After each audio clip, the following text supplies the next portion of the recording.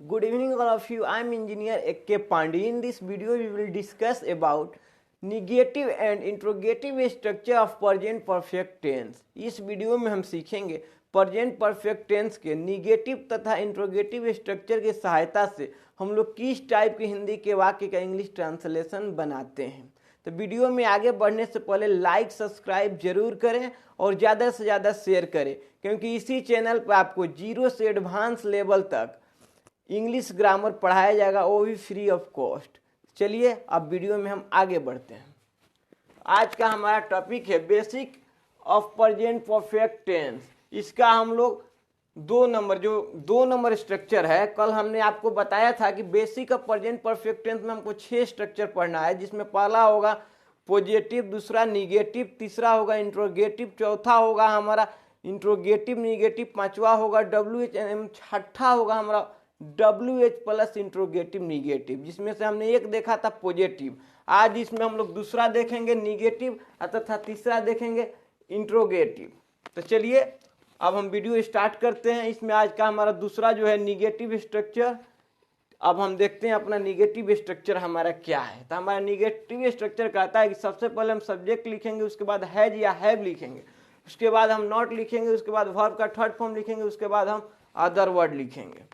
यानी सबसे पहले भी इसमें भी सबसे पहले हमें क्या लिखना है सब्जेक्ट, उसके बाद से हमारा हेल्पिंग वर्ब आएगा, उसके बाद नॉट आएगा, फिर वर्ब का थर्ड फॉर्म, फिर अदर वर्ड। इसी को हम एक तरह से और लिख सकते हैं, इसका शॉर्ट फॉर्म जो स्पीकिंग में ज़्यादातर यूज होता है। तो जैसे यहाँ पे हैज हैव प्लस नॉट है, तो हैज हैव प्लस नॉट नहीं करके हम इसको कर देंगे हैजंट, यानी हैज के साथ नॉट लिख देंगे, हैव के साथ नॉट लिख कर हैवंट कर देंगे। देखिए subject plus hasn't plus haven't plus verb का third form plus other word. इसमें नॉट हम नहीं लिखेंगे क्योंकि हैव और हैज के साथ हम लोग नॉट लिख लिए हैं। अब इससे किस टाइप के हिंदी का ट्रांसलेशन बनेगा, तो हम जो पहले वीडियो में पहचान बताए थे सेम पहचान वही रहेगा। इसमें क्या चेंज हो जाएगा, सिर्फ इसमें वाक्य के अंदर में नहीं आ जाएगा। देखिए जैसे यहाँ पे लिखा है उसने यह काम नहीं किया है, यानी अगर हम इसका पॉजिटिव बनाते तो यही सेम रहता, बस उसमें से नहीं हट जाता, सिर्फ ये हो जाता उसने यह काम किया है, उसने यह नहीं किया है, उसने यह किया है। चाहे उसने यह काम नहीं किया है, उसने यह काम किया है, तो उसने यह काम किया है पॉजिटिव स्ट्रक्चर के अकॉर्डिंग बनेगा, और उसने यह काम नहीं किया या निगेटिव स्ट्रक्चर के अकॉर्डिंग पर बनेगा। अगला हमारा एग्जाम्पल है तुमने अभी तक खाना नहीं खाया है। इसके बाद जो हमारा एग्जाम्पल है वे लोग अभी तक ताजमहल नहीं देखे हैं। यही हमारा होता पॉजिटिव, तो वे लोग अभी तक ताजमहल देखे हैं। ये इसमें हमारा पॉजिटिव होता तुमने अभी तक खाना खाया है, इस टाइप का हमारा हो जाता। निगेटिव में सिर्फ नहीं आ गया है, और इस नहीं के आने के चलते इसमें क्या आ गया है नॉट। अब चलिए देखते हैं कि ये कैसे बना है, अपने स्ट्रक्चर पर बैठाते हैं। तो हमारा स्ट्रक्चर कह रहा है कि सबसे पहले हमें सब्जेक्ट लिखना है, तो इसमें हमारा सब्जेक्ट क्या है उसने का हमारा इंग्लिश होगा ही, हमने लिख दिया ही। इसके बाद से सब्जेक्ट के ही अकॉर्डिंग हैज या हैव यहाँ पे हम लिखेंगे। तो जब हमारा सब्जेक्ट सिंगुलर होगा तो हम हैज लिखेंगे, जब हमारा सब्जेक्ट प्लुरल होगा तो हम हैव लिखेंगे। तो यहाँ पे ही जो हमारा सब्जेक्ट है सिंगुलर है, इसलिए हम इसके साथ हैज लिखेंगे। इसके बाद हमारा स्ट्रक्चर क्या कर रहा है नॉट, तो हमने लिख दिया नॉट। इसके बाद हमारा स्ट्रक्चर क्या कर रहा है वर्ब का थर्ड फॉर्म। इसमें हमारा वर्ब क्या है करना, करना का फर्स्ट फॉर्म होता है डू, और थर्ड फॉर्म होता है डन, तो हमने लिख दिया डन। इसके बाद हमारा स्ट्रक्चर का हो रहा है अदर वर्ड। इसमें हमारा अदर वर्ड क्या है यह, तो यह का हो गया हमारा दिस। इसी तरह हमारा दूसरा एग्जाम्पल है तुमने अभी तक खाना नहीं खाया है। इसका हमने इंग्लिश ट्रांसलेशन बनाया you have not taken meal yet. अब चलिए देखते हैं ये कैसे बना है। सबसे पहले स्ट्रक्चर का है सब्जेक्ट, यहाँ पे हमारा सब्जेक्ट है तुम, और तुम का हमारा इंग्लिश होता है यू, हमने लिख दिया यू। इसके बाद हमारा स्ट्रक्चर का है नॉट लगाना है। सब्जेक्ट के बाद हमें क्या लगना है तो helping verb. Helping verb has और हैव दो है हमारे पास, लेकिन दोनों में से कोई एक लगाना है। लगेगा किसके अकॉर्डिंग तो सब्जेक्ट के अकॉर्डिंग। यहाँ पे हमारा सब्जेक्ट क्या है तो प्लुरल है, इसलिए हमारा हेल्पिंग वर्ब भी प्लुरल होगा यानी हैव होगा, तो हमने लिख दिया हैव। इसके बाद हमारा स्ट्रक्चर क्या करें नॉट, तो हमने लगा दिया नॉट। इसके बाद हमारा स्ट्रक्चर का है वर्ब का थर्ड फॉर्म।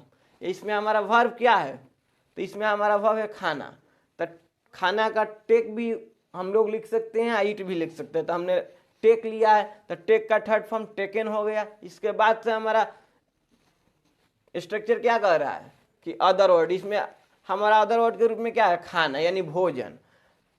तब भोजन का हमारा होता है मील, तो हमने लिख दिया मील। इसके बाद हमारा क्या है, तो अभी तक का हमारा होता है एट, तो हमने लिख दिया एट। इसके बाद से चलिए अब अगला एग्जाम्पल देखते हैं। अगला एग्जाम्पल हमारा है, ये लोग अभी तक ताजमहल नहीं देखे हैं। सेम इसी तरह बना है, they have not taken, sorry, they have not seen the Taj Mahal eight.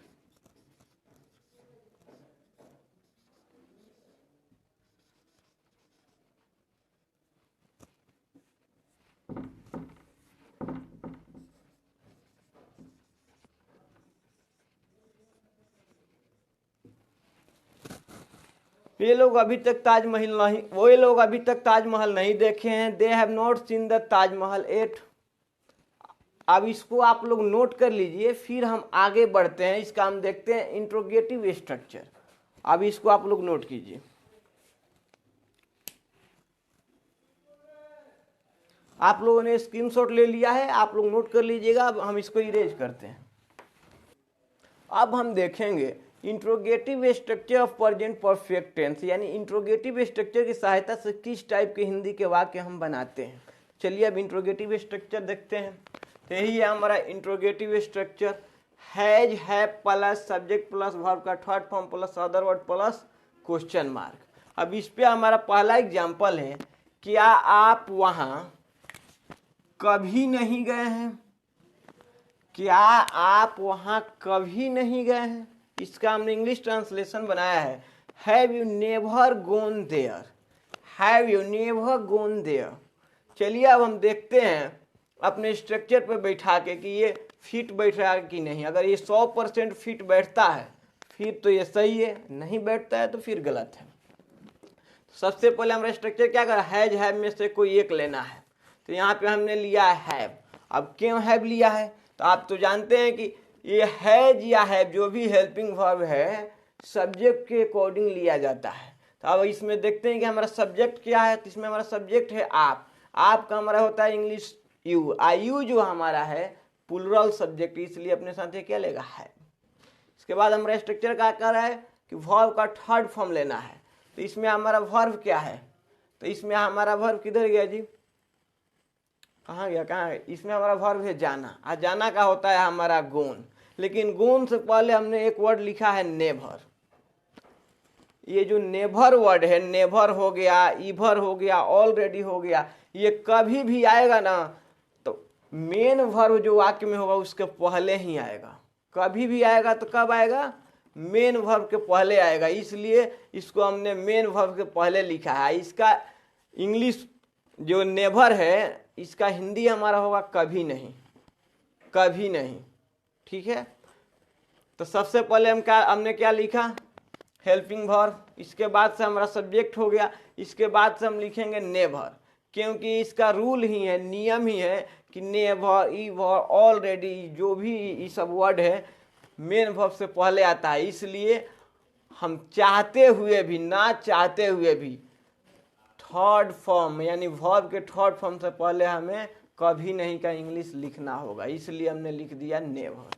इसके बाद हमारा स्ट्रक्चर क्या कर रहा है कि वर्ब का थर्ड फॉर्म, तो वर्ब का थर्ड फॉर्म हमने लगा ही दिया। इसके बाद हमारा स्ट्रक्चर क्या कर रहा है, अदर वर्ड। तो यहाँ पे अदर वर्ड के रूप में हमारा क्या है, यहाँ पे अदर वर्ड के रूप में हमारे वहाँ, वहाँ का हमारा इंग्लिश होता है देयर, हमने लिख दिया देयर। इसके बाद हमारा स्ट्रक्चर क्या करें, क्वेश्चन मार्क लगाना है, हमने लगा दिया क्वेश्चन मार्क, यानी ये 100% हमारे स्ट्रक्चर पे बैठ रहा है, यानी ये सही है। अब चलिए अगला देखते हैं। अगला हमारा है, क्या वह पहले ही खा चुका है। अब चलिए इसका हम इंग्लिश ट्रांसलेशन बनाते हैं। हमारा स्ट्रक्चर क्या करें, सबसे पहले हमें हैज या हैव में से कोई एक लिखना है। तो यहाँ पे हम लिखेंगे हैज, क्योंकि वह जो हमारा सब्जेक्ट है वो सिंगुलर सब्जेक्ट है, इसलिए अपने साथ ये वर्ब भी, हेल्पिंग वर्ब भी लेगा सिंगुलर। इसके बाद से हमारा स्ट्रक्चर क्या कर रहा है कि सब्जेक्ट, तो वह है हमारा सब्जेक्ट, वह का हमारा इंग्लिश होता है ही, हमने लिख दिया ही। इसके बाद से हमें क्या लिखना है, तो इसके बाद से हमें किधर गया जी, पहले का इंग्लिश लिखना है। क्यों, क्योंकि ये एडवर्ब ऑफ टाइम है। एडवर्ब ऑफ टाइम कभी भी वर्ब से, मेन वर्ब से पहले ही आता है, इसलिए हम पहले इसका पहले का इंग्लिश लिखेंगे। तो पहले का हमारा होगा ऑलरेडी, इसके बाद से हम लिखेंगे वर्ब का थर्ड फॉर्म। तो इसमें हमारा वर्ब क्या है, तो खाना, खाना का हमारा हो गया ईटेन। इसके बाद से हम लिखेंगे अदर वर्ड, इसमें अदर वर्ड हमारा है ही नहीं तो नहीं लिखेंगे। इसके बाद से हमारा क्वेश्चन मार्क, तो क्वेश्चन मार्क लगा दी। यानी ये भी हमारा जो ही हैज ऑलरेडी ईटेन है, ये भी हमारा 100% इस स्ट्रक्चर पे बैठ रहा है, यानी ये भी 100% सही है। तो एक काम कीजिए, आप लोग इसको उतारिए और इस टाइप के जितने भी हिंदी के वाक्य सबका आप इंग्लिश ट्रांसलेशन इसी स्ट्रक्चर के अकॉर्डिंग बनाइए, उसका स्पीकिंग में राइटिंग में यूज कीजिए और साथ ही साथ इस वीडियो को लाइक और सब्सक्राइब जल्दी से जल्दी कीजिए और शेयर भी कीजिए, ताकि इसी वीडियो पर हम आपके लिए जल्द से जल्द 0 से एडवांस लेवल तक इंग्लिश ग्रामर का कोर्स ला सकें। आप लोग मेरा सपोर्ट कीजिएगा तभी लाएंगे। तो इस वीडियो में इतना ही, मिलते हैं नेक्स्ट वीडियो में इसी का interrogative negative, WH plus interrogative और WH plus interrogative negative structure के साथ।